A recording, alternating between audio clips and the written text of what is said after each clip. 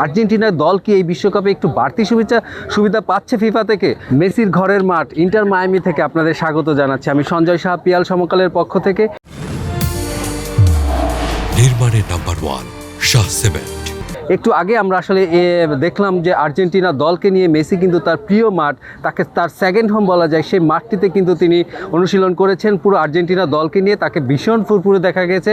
আসলে এটি আমরা জানি যেটা যে এটি যখন নাকি তিনি পিএসজি থেকে এখানে চলে এসেছিলেন 3 বছর আগে ইন্টার মায়ামি, কিন্তু তার এখন বর্তমানে সবচেয়ে আপন লোক, আপন ঘর আসলে তার এবং তিনি যেটা এই আর্জেন্টিনা দল যে আজকে এইখানটায় প্র্যাকটিস করছে এই ভেন্যুতে, সেখানটাতে কিন্তু আসলে মেসির ইচ্ছাতেই কিন্তু এই প্র্যাকটিস গ্রাউন্ডে আর্জেন্টিনা বেছে নিয়েছে। তো আজকে সংবাদ সম্মেলনে আসলে স্কালোনি এসেছিলেন আর্জেন্টিনা কোচ। তাকে জিজ্ঞাসা করা হয়েছিল যে অনেকে এইটা প্রশ্নটা করছে যে আর্জেন্টিনার দল কি এই বিশ্বকাপে একটু বাড়তি সুবিধা পাচ্ছে ফিফা থেকে?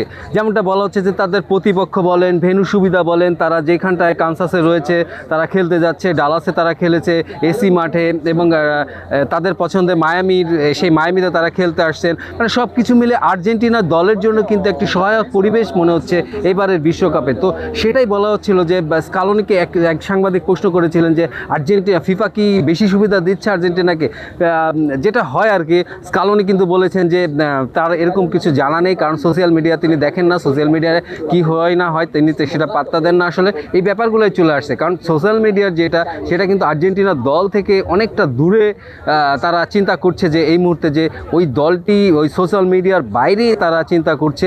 এবং কালকে এই শহরে কিন্তু কেপ ভার্দের বিপক্ষে আর্জেন্টিনার যে ম্যাচটি নামছে সেখানে কিন্তু ডিপল এসেছিলেন, রদ্রিগো ডিপল, তিনিও কিন্তু সংবাদ সম্মেলনে এসেছিলেন। এবং ইন্টার মায়ামি কিন্তু এখন তারও দল, এবং তাকে জিজ্ঞাসা করা হয়েছিল যে মেসি তার ফ্রেন্ড, এবং তিনি কি মেসির কারণে এখানে এসেছেন কিনা, কিংবা মায়ামি তার কতটা তাদের কাছে আপন। রদ্রিগো ডিপল কিন্তু বলেছেন যে মেসির সঙ্গে থাকতে পারাটা, তার বন্ধুত্ব, সেটা তিনি উপভোগ করেন এবং তিনি সৌভাগ্যবান মনে করেন নিজেকে, কারণ তাদের এই মাঠের বাইরে রসায়নটাও কিন্তু মাঠে এটা দেখা যায়। তাদের আমরা বোঝাপড়াটা যদি দেখি সেখানতে দেখা যায়। এবং ইন্টার মায়ামির এই মাঠে কিন্তু আপনি দেখতে পাচ্ছেন এই প্র্যাকটিস গ্রাউন্ডটা আসলে এখানে করেননি, তারা করেছে একটু অন্য পাশের মাঠে, বাট এটা কিন্তু আসলে ইউথ গ্রাউন্ড বলা যায়। এখানটাতে কিন্তু ইউথ টিম, যাদের ইন্টার মায়ামির ইউথ টিম, তাদের বাচ্চাদের খেলা হয়। এবং আমরা জানি যে লিওনেল মেসির ছেলেও কিন্তু এই মাঠে আসলে প্র্যাকটিস খেলেন।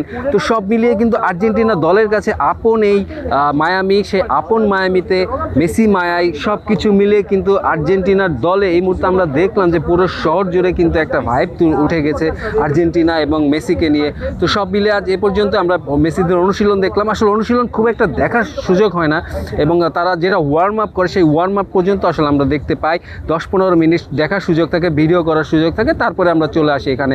তো আজ এ পর্যন্ত ইন্টার মায়ামির মাঠ থেকে আমি সঞ্জয় শাহ, পিয়াল আপনাদের কাছে বিদায় নিচ্ছি।